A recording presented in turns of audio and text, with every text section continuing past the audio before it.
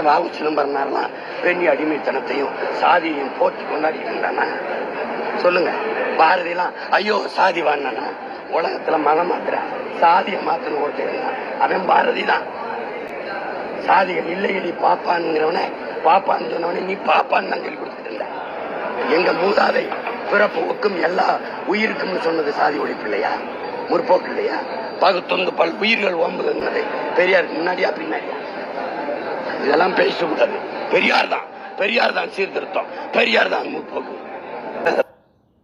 உனக்கு திராவிடனுக்கு ஒரு தலைவன் தான், தமிழன் எனக்கு என்றதுக்கு எண்ணில்லாத அளவுக்கு தலைவன் இருக்கான். சொல்லணுமா பட்டியல் போட்டு?